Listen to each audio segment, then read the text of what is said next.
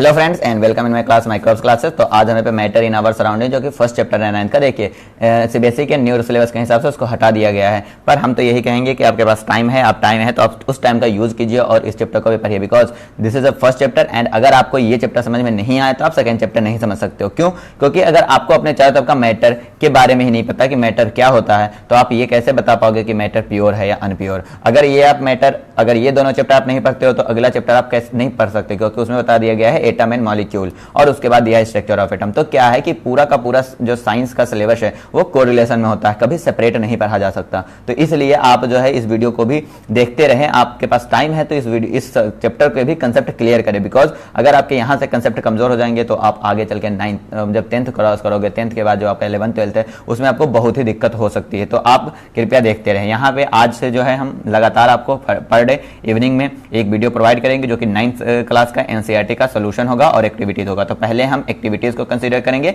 उसके बाद हम सोल्यूशन को उसके जो क्वेश्चन आंसर है उसको डिस्कस करेंगे। तो आज जो है हम इस वीडियो में matter in our surrounding activities 1 to 5 discuss करेंगे। इसके बाद वाले में हम 5 एक्टिविटीज और डिस्कस करेंगे। शायद टोटल 14 की 12 एक्टिविटीज हैं, तो हम उन सारे एक्टिविटीज को डिस्कस करेंगे। इस एक्टिविटीज से बहुत सारे पॉलिटेक्निक और अनदर कॉम्पिटिटिव एग्जाम में क्वेश्चन बनते हैं। तो देखिए क्या होता है, हम आपको बहुत ही पर्टिकुलर एक एक चीज बताते जाएंगे। हाँ, एक्टिविटीज है तो हम यहाँ पे आपको एक्टिविटी करके तो नहीं दिखा सकते, लेकिन हाँ थियोरिकल पोर्शन में हम आपको इतना बता देंगे कि आप कुछ चीजें यहाँ पे ध्यान रखें। पहली बात तो ये केमिस्ट्री का एक्टिविटीज है, इसलिए अगर आप लैब में जाते हो तो प्रिकॉशंस को यूज जरूर करें, बिकॉज विदाउट टीचर आप कोई भी एक्सपेरिमेंट ना करें और कोई भी आप जो केमिकल है उसको टच ना करें, बिकॉज कोई भी केमिकल इंजूरियस हो सकते हैं आपके लिए। और कभी भी बिना टीचर के रहते हुए आप केमिस्ट्री लैब में कृपया ना जाएं, क्योंकि वहाँ पे कुछ केमिकल्स ऐसे हैं जो कि पॉइजनस भी होते हैं। तो टीचर के निगरानी में हमेशा केमिस्ट्री का प्रैक्टिकल करना चाहिए। लेकिन आप 9th क्लास का जो मैटर इज आवर सराउंडिंग है ये आप घर पे भी कर सकते हो। इसमें इसका जो एक्टिविटीज़ है थोड़ी बहुत सरल है। तो हम देखते हैं फर्स्ट एक्टिविटीज़ क्या कहता है। हमें एक 100 ml बीकर लेना है। 100 ml बीकर का मतलब क्या है कि the beaker which have a 100 ml water या कोई भी लिक्विड अगर हम लेते हैं तो 100 ml जिस बीकर में लिया जा सके उसे 100 ml का बीकर कहते हैं। तो हम एक 100 ml बीकर लेंगे, उसके बाद उसको हम आधा मतलब 50 ml तक क्या करेंगे, फिल कर देंगे। किससे? वाटर से। और उसकी हम लेवल नाप लेंगे कि ठीक लेवल कितना है। उसके बाद हम क्या करेंगे, उसमें कुछ साल्ट या शुगर को डाल देंगे और उसको ग्लास रॉड से उसे हम डिसॉल्व कर देंगे। तो देखिए हमने कहा कि 100 ml हमने वाटर ले लिया, इसे हमने नाप लिया, ये हमारा टोटल H है। क्या है? हमारा H है। अब इस 100 ml वाटर में हमने क्या मिक्स कर दिया? शुगर या साल्ट। उसके बाद हमने इसको स्टेरर बोलते हैं जिससे कि इसको मिक्स किया जाता है, ग्लास रॉड को हम स्टेरर भी बोलते हैं। इससे मैंने मिक्स कर दिया। फिर हमें क्या मिलेगा? हमें मिलेगा कि जो ये शुगर और साल्ट है वो दोनों इसमें घुल जाएंगे, लेकिन जो हाइट है, जो लेवल है वो हमारा इंक्रीज नहीं होगा। तो इंक्रीज नहीं होगा का मतलब क्या है कि अगर हाइट या लेवल जो है इंक्रीज नहीं होगा, इसका मतलब यही होता है कि इसमें वॉल्यूम इंक्रीज नहीं हुआ।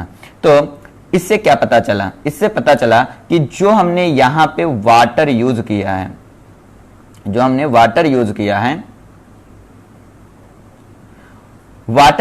वाटर के पार्टिकल्स जो है कुछ इस तरह से डिस्पर्स होंगे, मतलब इस तरह से प्रेजेंट होंगे।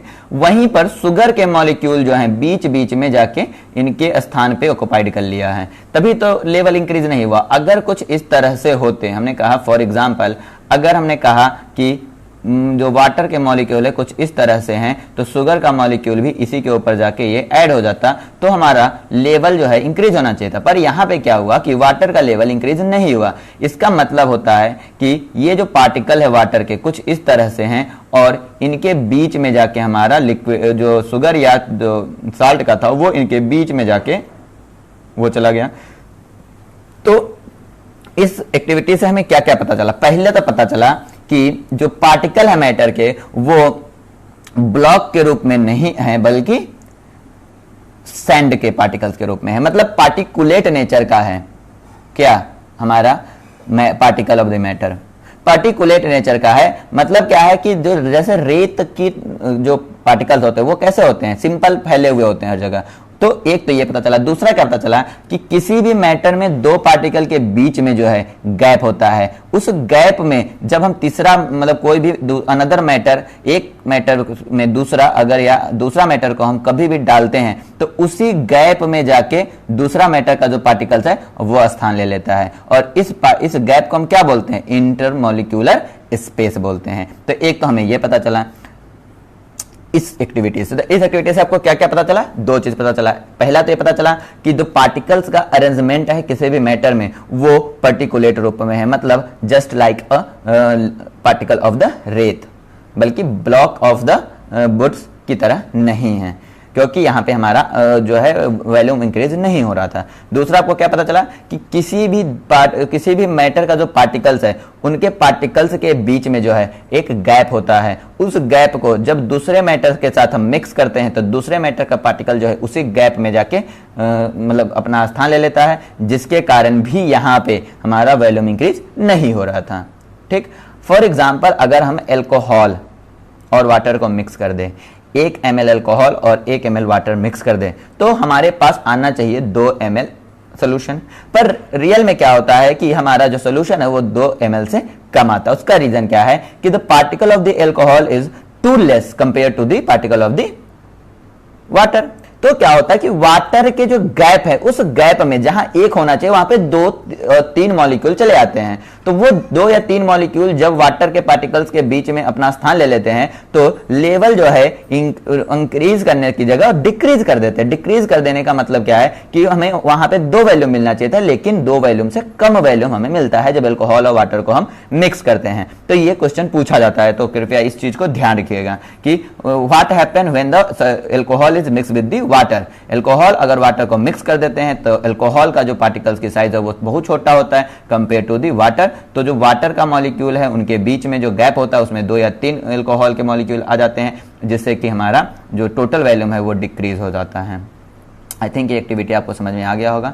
दूसरी एक्टिविटीज हम देखते हैं, दूसरी एक्टिविटीज क्या कहता है। एक्टिविटी सेकेंड का कहना है कि 2N3 crystals of the potassium permanganate. पहले ध्यान दीजिए, पोटेशियम परमैंगनेट का फार्मूला केमिस्ट्री पढ़ने के लिए सबसे अच्छा और रामबान तरीका है कि जहां आप केमिकल नेम देखें वहीं पर आप उसके फार्मूले याद कर ले। पोटेशियम परमैंगनेट का होता है KMnO4, लिख सकते हैं हम इस तरह से KMnO4।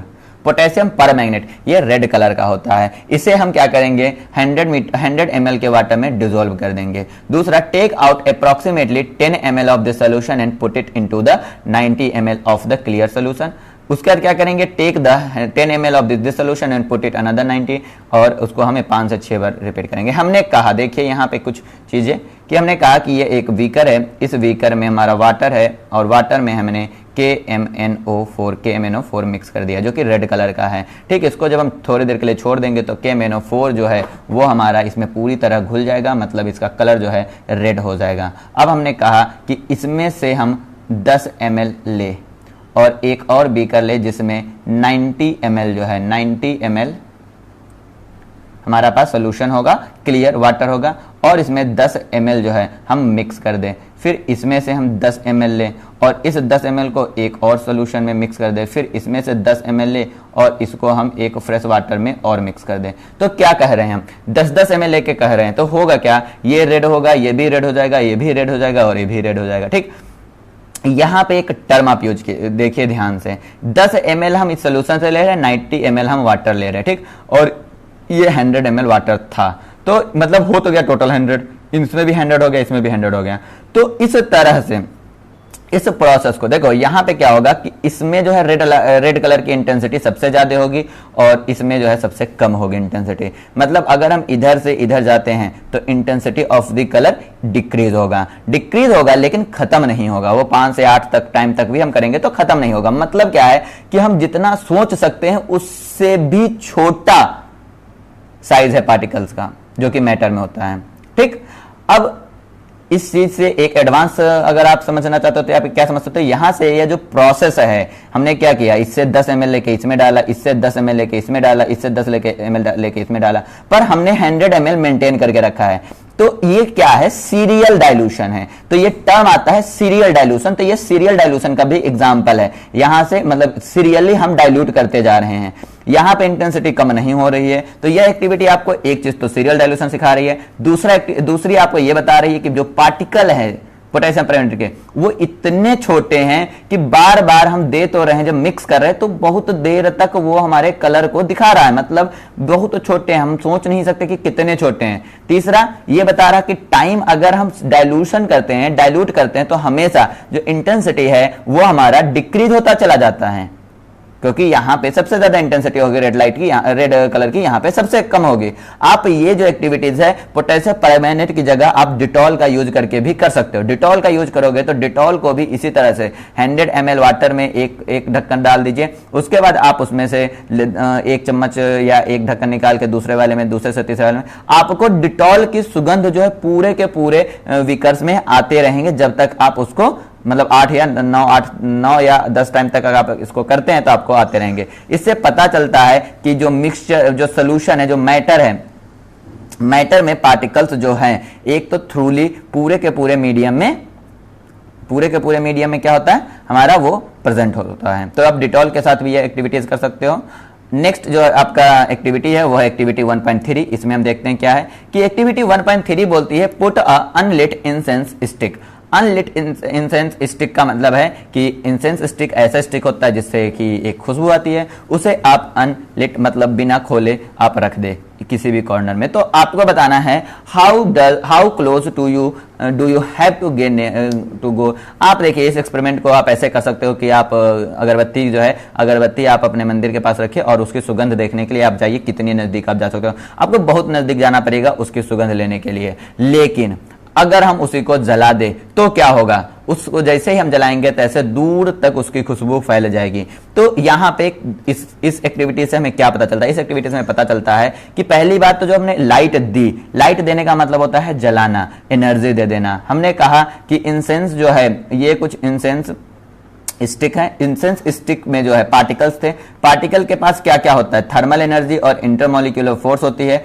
थर्मल एनर्जी जो होती है वो काइनेटिक एनर्जी के रूप में होती है। काइनेटिक एनर्जी का मतलब क्या होता है, ये जो है मूव कराती है। जैसे ही हम इसको एनर्जी देते हैं तो इसकी काइनेटिक एनर्जी इंक्रीज हो जाती है। जब इंक्रीज हो जाएगी तो इस पार्टिकल का मूवमेंट इंक्रीज हो जाएगा, और अगर मूवमेंट इंक्रीज हो जाएगा तो ये चारों तरफ मूव करेगा और हमारे पास, हमारे नाक तक ये पार्टिकल जल्दी पहुंच जाएंगे, जो कि स्मेल है, और वो स्मेल हम जल्दी हम देख लेंगे। तो इस एक्टिविटी से आपको ये पता चलता है कि अगर हम किसी भी पार्टिकल्स को लाइट देते हैं या एनर्जी देते हैं तो उसकी काइनेटिक एनर्जी बढ़ जाती है, मतलब उसकी वेलोसिटी बढ़ जाती है, उसकी स्पीड बढ़ जाती है, वो जल्दी जल्दी मूव करता है एक स्थान से दूसरे स्थान तक।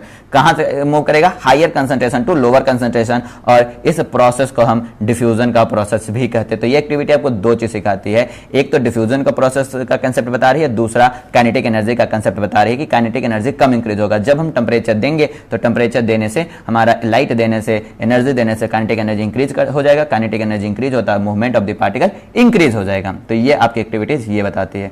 दूसरी एक्टिविटीज जो है वो आपकी 1.4 है 1.4 वो बताती है कि 2 ग्लास लेना है जिसमें वाटर फिल करना है, एक में ब्लू और रेड इंक देनी है और दूसरे में हम जो है हनी देंगे और सेम वे में देंगे एक साइड से, और इन दोनों को कुछ समय के लिए छोड़ देंगे, फिर हम देखेंगे इसमें क्या होता है। देखिए ब्लू और जो रेड इंक है ये हमारा लिक्विड स्टेट में होता है और थोड़ा मतलब इसकी विस्कोसिटी कम होती है, लेकिन हनी की विस्कोसिटी ज्यादा होती है। तो हनी की विस्कोसिटी ज्यादा है तो जब अगर हम रेड और ब्लू इंक वाटर में डालते हैं तो रेड और ब्लू इंक जो है थोड़े समय के बाद पूरे के पूरे विलियन को, पूरे के पूरे वाटर मॉलिक्यूल में मूव करके वो हमारा क्या कर लेगा, पूरे के पूरे वाटर को रेड या ब्लू कर देगा। लेकिन हनी के केस में ये चीजें देर में होगी, क्यों, क्योंकि उसमें विस्कोसिटी ज्यादा है तो वो जो है जल्दी मूव, उनके पार्टिकल जल्दी मूव नहीं करेंगे। तो ये थोड़े समय के बाद मतलब थोड़ा ज्यादा टाइम लेगा कंपेयर टू द रेड और ब्लू इंक। ठीक, अब देखिए ये भी एक्टिविटी जो है ये भी हमारा डिफ्यूजन के प्रोसेस को ही बता रही है। डिफ्यूजन का प्रोसेस में क्या होता है,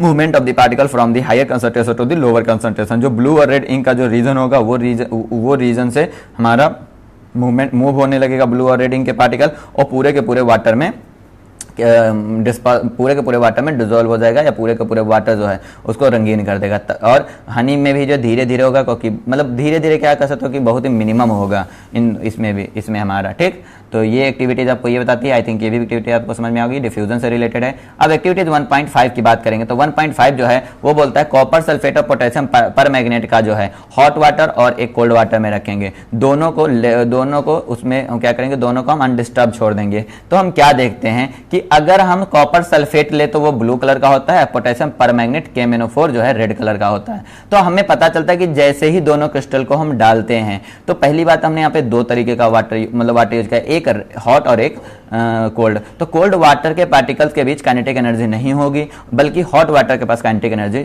होगी। तो क्या होगा कि हॉट वाटर वाला जो वेसल्स है या जो हमारा ग्लास है, उस ग्लास में पोटेशियम परमैग्नेट या कॉपर सल्फेट के क्रिस्टल के ऊपर जो है कुछ हमें ये दिखाई देगा कि उन दोनों के पार्टिकल मूव कर रहे हैं, उन दोनों के पार्टिकल वहां से उनके रीजन से निकल के बाहर की तरफ वाटर में आ रहे हैं, और वो जो है जल्दी जल्दी आ रहे हैं compare to the cold water. Cold water में क्या है, देखिए पार्टिकल का मूवमेंट किस पे डिपेंड करता है, काइनेटिक एनर्जी पर डिपेंड करता है। जब हॉट वाटर हमने दिया तो हॉट वाटर की काइनेटिक एनर्जी ज्यादा है कंपेयर टू कोल्ड वाटर की काइनेटिक एनर्जी, तो जिसकी काइनेटिक एनर्जी ज्यादा है उसकी मूवमेंट ज्यादा होगा। तो वहां पे क्या होगा, देखिए इंटरमिक्सिंग में सिर्फ एक ही पार्टिकल मूव नहीं करता, बल्कि दोनों पार्टिकल मूव करते हैं। हम ये भी कह सकते हैं कि पोटेशियम पर मैग्नेट की तरफ वाटर का मॉलिक्यूल मूव कर रहा है, तो जितना ज्यादा मूवमेंट करेगा उतनी ही जल्दी वो हमारा पोटेशियम लाल कलर का हो जाएगा। तो यहां पे क्या है कि हॉट वाटर का जो वेसल है या जो ग्लास है वो जल्दी जल्दी हमारा अपने कलर पोटेशियम परमैग्नेट के कलर को ले लेगा, बल्कि जो कोल्ड वाटर वाला है वो देर में लेगा।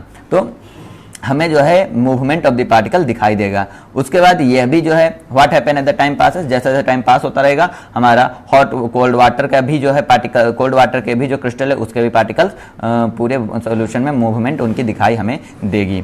ठीक, उसके बाद है how does this suggest about the particle of the solid and liquid. तो ये हमारा क्या बताता है, how does this suggest about the particle of solid and liquid. Solid और लिक्विड के बारे में क्या है, जैसे हमने कॉपर सल्फेट और पोटेशियम परमैग्नेट इन दोनों का यूज किया था, दोनों सॉलिड के रूप में है। तो सॉलिड के रूप में जो है सॉलिड की एनर्जी जो है मूवमेंट ऑफ द पार्टिकल के लिए एनर्जी ज्यादा चाहिए कंपेयर टू लिक्विड का। मतलब वाटर का मूवमेंट जो है वो जल्दी जल्दी होगा, लेकिन कॉपर सल्फेट के क्रिस्टल के मूवमेंट धीरे धीरे होगा, ज्यादा एनर्जी चाहिए। हॉट वाटर वाला जल्दी जल्दी मूव करेगा, कोल्ड वाटर वाला कम मूव करेगा, क्योंकि उस वहां पे एनर्जी हमारे पास कम है। तो यहाँ पे हमने एक्टिविटी 1.5 तक डिस्कस किया है। अगर आपको कुछ एक्टिविटी समझ में आया है तो आप चैनल को सब्सक्राइब कीजिए, वीडियो को लाइक कीजिए और अपने दोस्तों के साथ इसे ज़्यादा शेयर कीजिए। अगले वीडियो में हम 6 से लेके और 11 और 12 तक डिस्कस करेंगे, उसके बाद हम NCERT के सोल्यूशन पे आएंगे। Thank you for watching this video.